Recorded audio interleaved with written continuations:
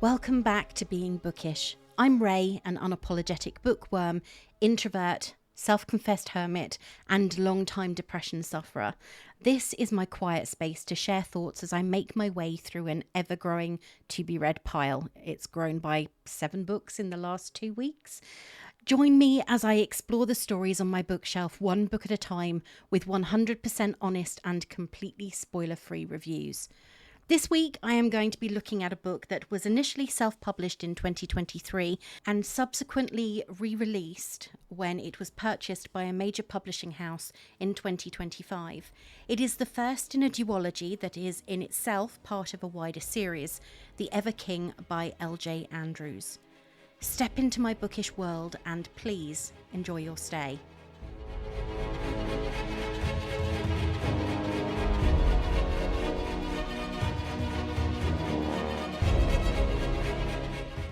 They stole his crown, so he stole their daughter. For years, Eric, the scarred king of the Ever Kingdom, has thought of nothing but vengeance against the man who killed his father and trapped him beneath the waves, making him a prisoner in his own realm, until his enemy's daughter unintentionally breaks the divide between kingdoms, and Eric is free to make her the unwitting pawn in his brutal game of revenge. She's innocent, he's vicious, but he will take back what he lost, no matter the price, unless she steals his heart first. As with every single book that I review on Being Bookish, I am going to keep my personal views and specific talk about the plot, characters, and underlying themes to the end. And I am going to maintain my spoiler-free promise. You won't learn the big twists and turns in the plot from me, because I really don't want to ruin everything for you should you decide to pick this book up. Livia Ferris has a soft heart. Following a battle that saw many dead and lives changed irrevocably, she sneaks into her father's chambers and steals a golden talisman, unaware of the power it holds. She creeps down to the prison cells where the Sea Fae, unlucky enough to have been captured during the war, are being kept, including a young boy barely older than her. She gifts him a token of friendship, a silver necklace with a bird pendant, and offers him the golden talisman she knows is his. He declines the medallion, telling her he will come back for it. However, as she is walking away, she trips and it breaks, leaving a rune-like scar on her inner elbow. That this moment binds her fate entirely to the boy who will grow up to inherit a crown of shadows. 20 years pass, and those childhood days fade into the realm of memory. Now grown, Livia is relentlessly haunted by vivid nightmares of twisting serpents and singing birds, visions she doesn't understand. Her world is preparing for the Crimson Festival, an event, a grand glittering celebration honouring the peace that has followed the war. As her parents are departing the kingdom, Livia meets with her friends to celebrate the return of her cousin Alexei, who brings with him fond memories and a glimmer of joy and warmth. As the celebrations build, and they follow their own traditions, Livia and her friends journey to the very edge of the chasm, the great turbulent magical boundary that prevents the Sea Fae from entering the Earth Fae's realm. While her friends drink and laugh together, she stares into the dark churning waters that have separated their people since the end of the war. Overwhelmed by a sudden, inexplicable pull, Livia reaches out and touches the water. The moment her fingers brush the surface, her earth magic flares, reacting violently with the ancient barrier. In that single, accidental moment, she unintentionally cracks the magical seal that has kept the Sea Fae imprisoned beneath the waves. Across the divide, Eric Bloodsinger, the young boy shown a moment of kindness by Livia all those years ago, is now the feared Ever King. Heavily marked by the brutal scars of war and betrayal, driven by a fierce desire for vengeance against the Night Folk King, Livia's father, who dealt the death blow against the last Ever King, Eric's father. Sensing a structural shift in the magic, Eric takes his crew on the Evership, a stunning, powerful pirate vessel, to inspect the boundary. He finds the once impenetrable barrier fragile and highly breachable. With the gateway weakened, he forces his way through the gap.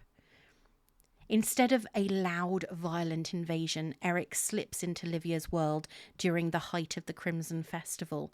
Spying the princess, he charms her, luring her into a false sense of security and disarming her guard completely. She is enchanted. Having already spoken with her friends playfully about the time being right for her to perhaps take a lover, she sees this mysterious masked man as the one and invites him guilelessly to see her window paintings, and he willingly agrees, playing along with her. It is in this moment of vulnerability that Eric drops the facade and strikes. When Livia realizes his true identity and attempts to escape him, Eric stops her cold by threatening the lives of her friends and family, focusing on her determined younger brother who attempts to save her with his tiny blade and a ton of bravado. With her family's safety hanging in the balance, she is forced to submit. As her town burns and her people rush to save their homes, Eric captures Livia and drags her back through the chasm aboard his monstrous ship, holding her captive as a valuable pawn and leverage against her father to settle old scores. Eric demands her help to locate and harness the missing mantle, the once gold medallion, completely convinced he knows exactly what the artifact is and that she knows where it is. To Eric, it is a way to harness his late father's immense strength, absorb his powers and increase his own might to rule. He treats her harshly, hiding his own vulnerability behind the toxic burdens placed upon him by his late father's legacy. As they navigate the treacherous path towards his kingdom, the ship anchors at the outer boundaries of the realm. It is here, before they ever set foot inside the island palace, that Livia first witnesses the true suffering being experienced by Eric's world. The land is actively drying, plagued by a mysterious and devastating force known as the Darkening. This shadow is creeping through the realm, threatening complete destruction. Moved by the sheer suffering of the earth beneath the waves, Livia does not wait for orders or instructions. Driven by her innate compassion, she reaches out and tries to heal the ground with her own power on her own initiative. Her earth magic flares in response to the decay. In that spontaneous moment, her power manifests in a spectacular display, causing vibrant magical flowers to bloom against the barren black soil of the ocean floor. But it's not without a price. Her power, she refers to as her fury, enables her to connect with the earth, see the history of its suffering, and feel the pain it's experienced. Seeing her bring life to a dying land completely shifts the dynamic, forcing Eric to see her as far more than a political captive. The journey continues onward to his grand palace. As they step onto land and pass within the palace walls, the atmosphere begins to change, and the hostility between them slowly begins to blur and fade. They spend hours together in Eric's private rooms. A gradual softening occurs. Livia sees him as less of a captor and more as a man who has experienced intense suffering of his own. Forced to spend this time together, she sees a different side to him and his crew, despite her anger and determination to be free. Over time, Livia learns the painful history of Eric's mother and uncovers the dark truth behind his terrifying bloodsinger powers. His blood is poison to anyone who comes into contact with it. Armed with her growing understanding, Livia learns to actively harness her volatile fury magic, transforming it into a controlled power she can use to protect herself and the people she is unexpectedly growing to care for. Things change even more when Eric introduces Livia, albeit reluctantly, to his grandmother, Naza, a powerful sea witch who holds the deepest secrets of the realm. Naza recognizes the rare nature of the bond growing between the two. Yet it is Livia alone to whom the true world-altering secret of the mantle is actually revealed.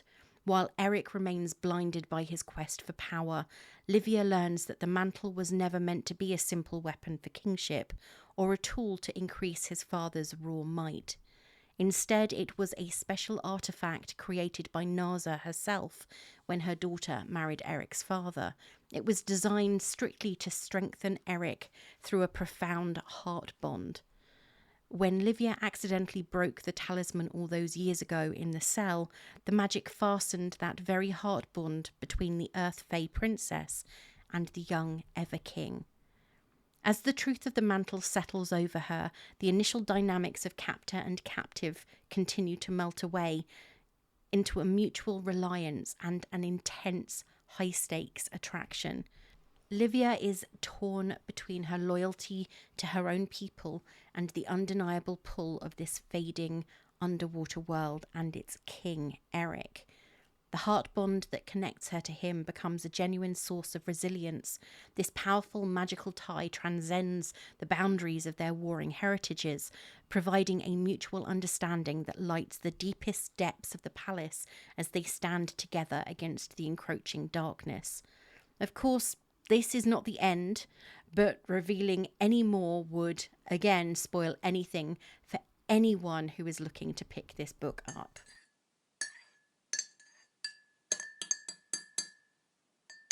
And it is time for your regular Being Bookish public service announcement. Read what you want, pick up any book that sparks joy or takes your fancy. Reading should be fun, not a chore. DNF when you want to, read what you love, and above everything else, this is not a competition. Whatever your book count at the end of the year, as long as you enjoy what you've chosen, that's what's most important. This is not a call to action. Don't force yourself to read genres you know you don't enjoy. Anyway, less of that. Let's see what others thought about The Ever King before I get to my own feelings on the book. Ainsley actually DNF'd this book and gave it 1 star. And you know how I feel about DNFs and reviews, but I will focus on what she has to say. She said, DNF at 48%, page 189. I am so checked out at this point. I'm just dragging myself through it for the sake of finishing it, which is so sad because I was hoping to love this. But alas, I was bored, and also just eye-rolling at how cringy these 2 main characters are. The main characters were painfully underdeveloped, both desperately needed more backstory and depth because I struggled to feel anything at all for them, especially the female main character, because I felt like I didn't know them at all. Their romance was painfully insta-lusty, with their progression being so damn scattered and making no sense whatsoever. He promises to ruin her. It's not even really clear why he dislikes her, but literally does everything he can to make her comfortable. She hates him and despises him, but is constantly turned on and checking him out. She just accepted her fate of being kidnapped way too quickly and easily. Like, girl, it's been 3 days and you're just lying down and joining the crew? Where's the fight, the hate, the tension? Why the heck are you lusting after him? Their entire relationship development felt so choppy and tropey that I checked out completely. Their nicknames were used in every interaction, Songbird and Serpent, to address each other, and after the 20th time I'm like, okay!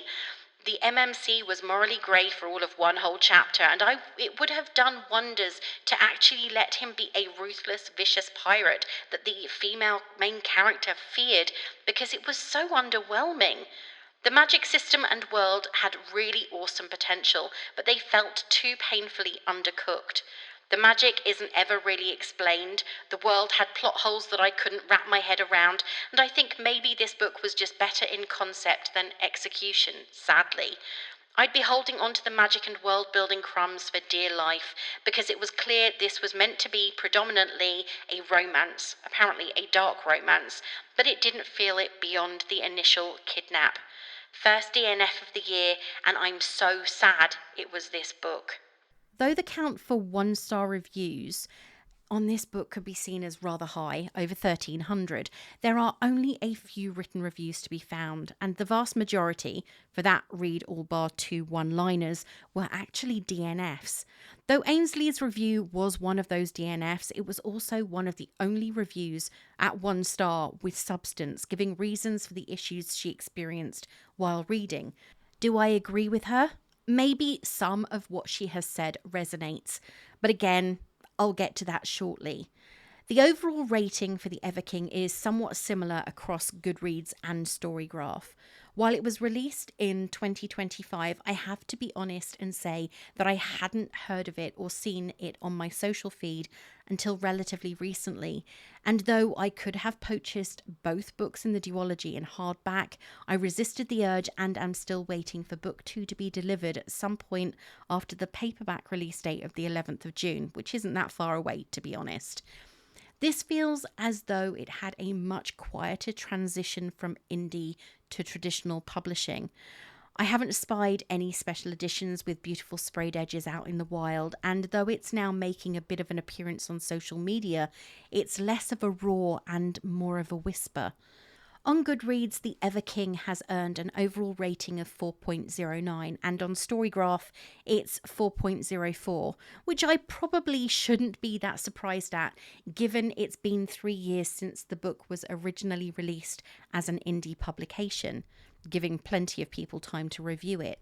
Right now, the book has 107,661 ratings and 11,692 full reviews. One of them is mine on Goodreads. And on Storygraph, it has 15,984 ratings and 2,650 reviews. Storygraph also shows that 4% of the readers who started this book ended up marking it as a DNF. I do wish that Goodreads would add their DNF scores as well.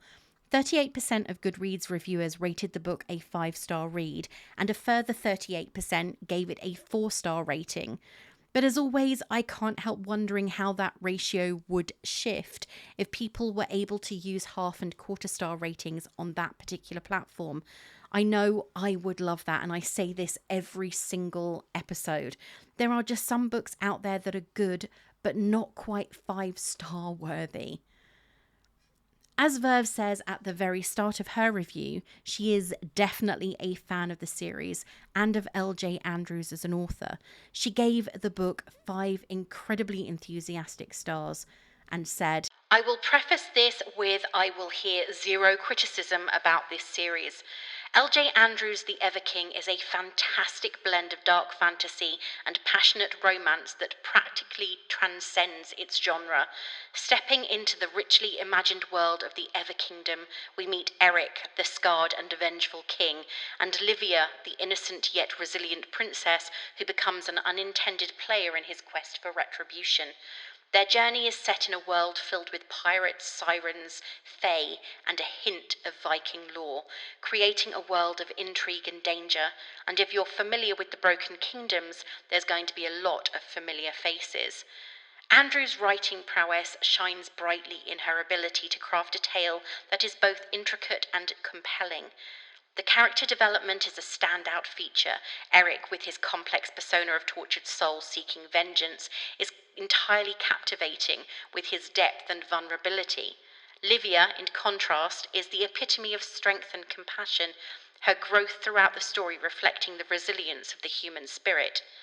The romance between Eric and Livia is a fiery, contrasting yet complementary intensity and tenderness.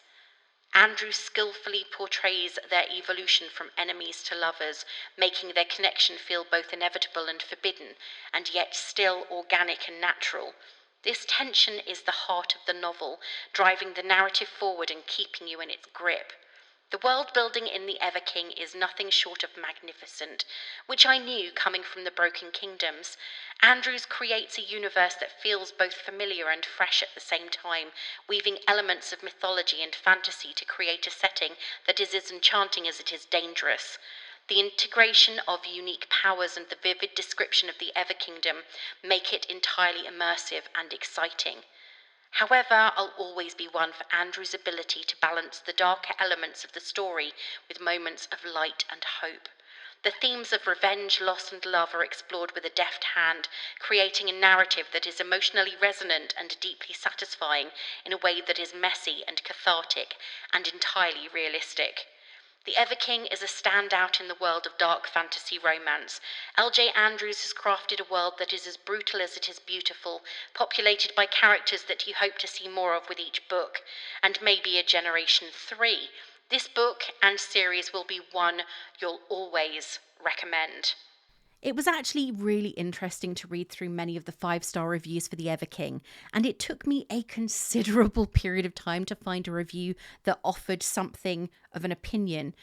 There was a fine line between the overly effusive, which this sort of bordered on, and the understated. In fact, as I was doing my research, reading through over 100 reviews to find one that met my specific needs for this episode, I read many that were one-liners or used a multitude of quotes from the book to make a point. Sometimes it seems as though people are using their review as a notebook for their thoughts while reading, rather than a cohesive, balanced opinion. No matter what my personal feelings are on a book, I can always find readers at both ends of the spectrum who share my views, or at least some of them.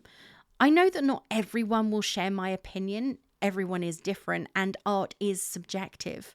I can also admit that even when I adore a book, I will never say that it's perfect, because there will likely always be something that doesn't quite sit right, doesn't feel the way I wanted or expected it to, because I am not the author, and they are not me.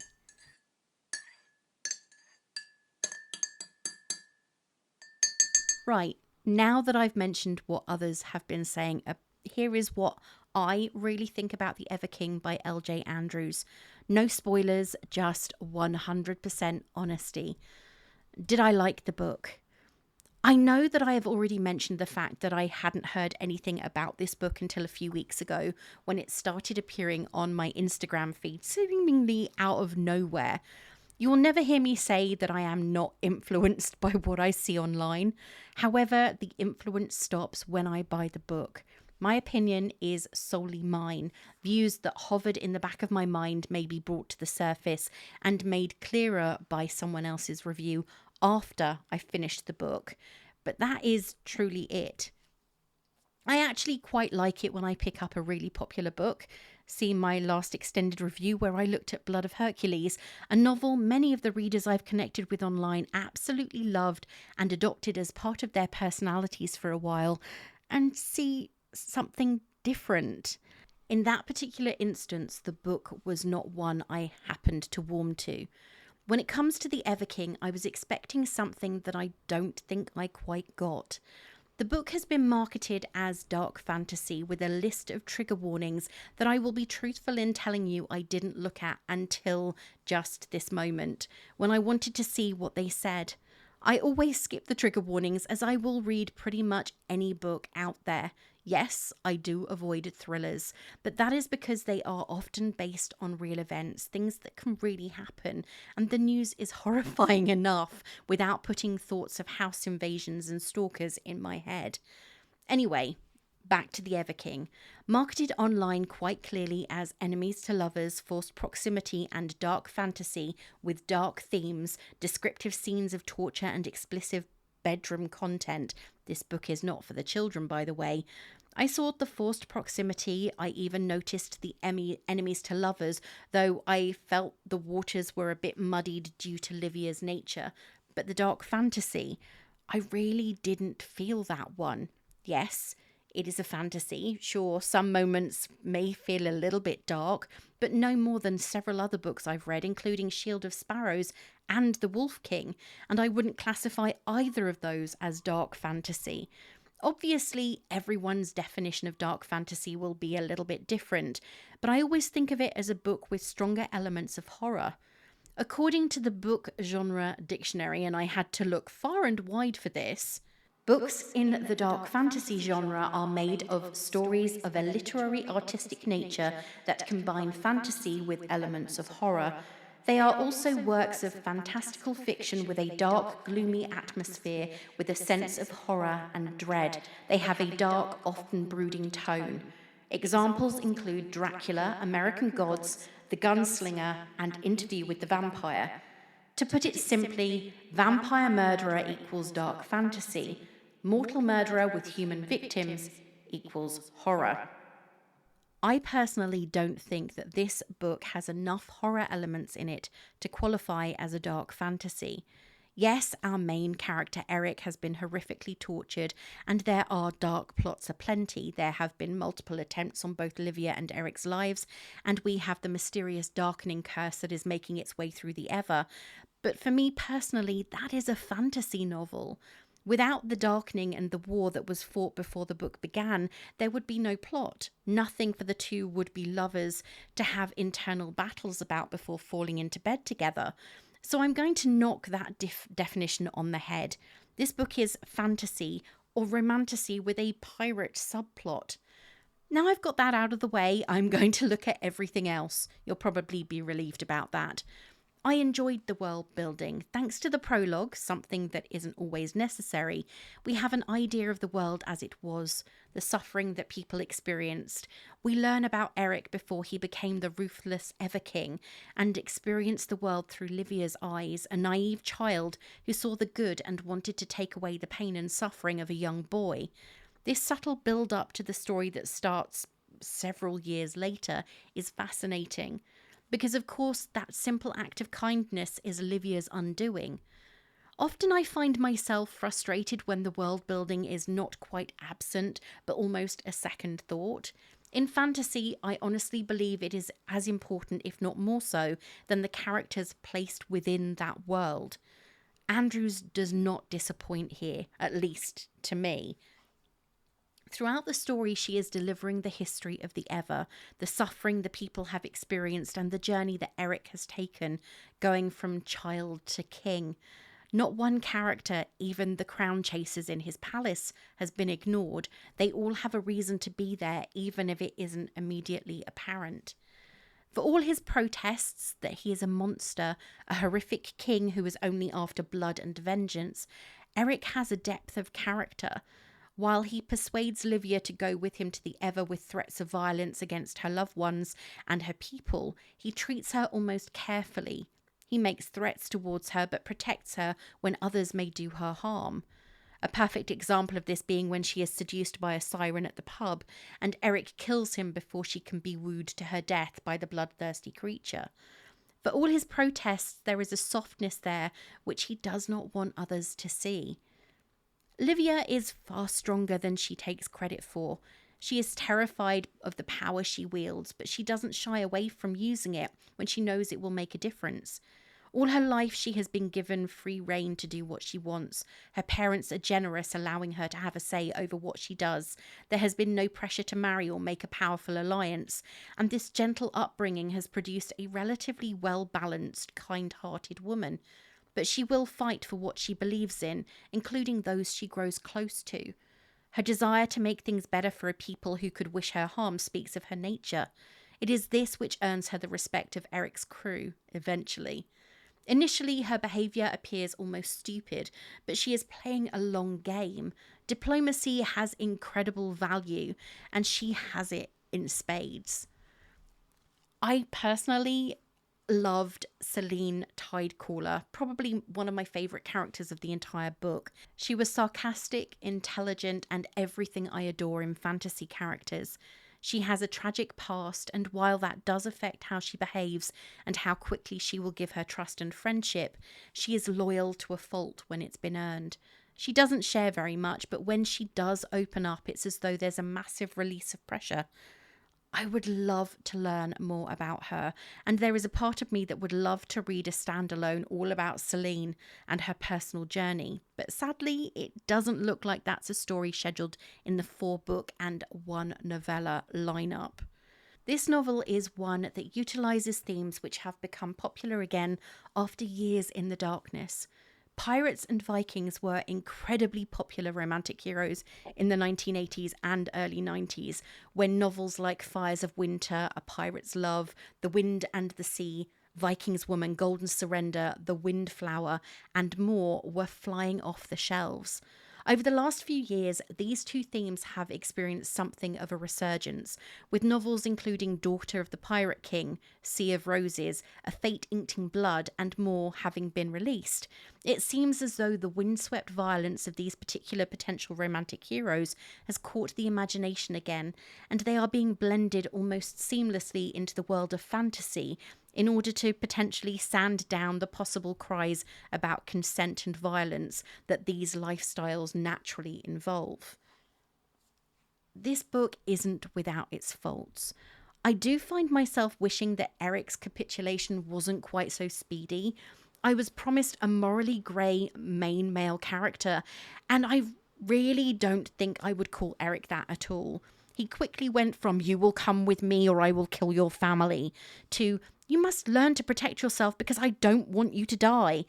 And while I can stand behind that second sentiment wholeheartedly, because Livia and Eric together are fire and their love scenes are not to be looked at through a blanket, because they are pretty steamy and not at all gratuitous, in my view, I wanted to see a little more resistance.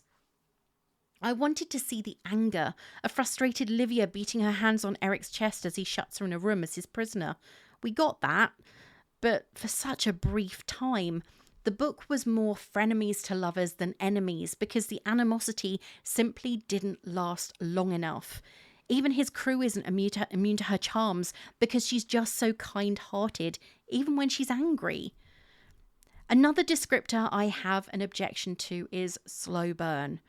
Does it take a long time for them to get into each other's clothes? Absolutely, though it's not for want of trying on their part. They keep on getting interrupted. This isn't precisely insta-love, but it's less slow burn than it is 30 minutes or less or your money back. They do have the benefit of the bond they inadvertently created when they were both much younger, so the super slow burn can be excused, perhaps. But then it should be described as less slow burn and more average speed. But I guess that doesn't have the same appeal to a reader as you'll be reading this for days and the characters will just smile or grimace at each other across a crowded ballroom for multiple chapters.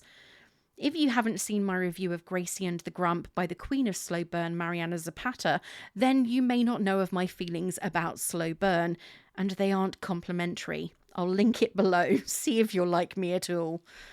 Ultimately, I think that this is a good series, and definitely a good series starter. Well written enough that it had me wishing it was already the 11th of June, so the next book was in my hands.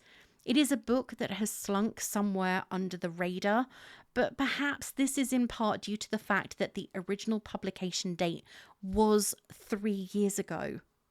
Who knows? The final book in Livia and Eric's story is released in paperback by Penguin on the 11th of June, with 2 more stories in the series released in paperback before the end of this year. Again, I really would like to read Celine's story. She deserves love too. If you enjoyed The Ever King or want to read something similar, try these. I've already mentioned a few of the books that have Viking or pirate themes, though many are straight up romance that don't have the fantasy blend. If you do fancy reading a well-written Viking or pirate romance, then I would definitely recommend Joanna Lindsay's A Pirate's Love or her Hard-Rod Viking Family trilogy. There are also several novels by Catherine Coulter, Heather Graham, no, not the actress, Sandra Hill, and Karen Robards that may interest you. Of course, if you're looking for something a little newer and more fantasy forward, then Tricia Levenseller's series, which starts with The Daughter of the Pirate King, is definitely good fun. There's also The Adventures of Amina al-Sarafi and The Tapestry of Fate by S.A. Chakraborty, or the Saga of the Unfated series by Danielle L. Jensen, which begins with a fate inked in blood. I have no doubt that others could come up with far more books than I've just recommended, but I do think that this is a pretty good starting point for anyone who hasn't read any books in this particular fantasy or romance subgenre.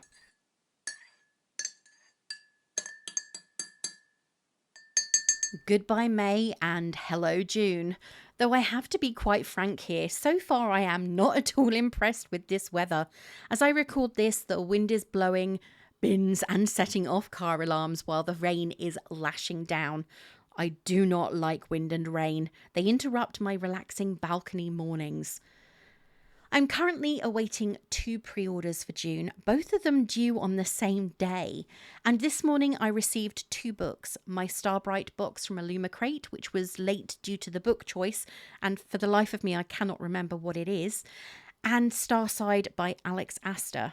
I'm not sure whether I will enjoy this one, but something about it was calling me, so I ordered it and it is here.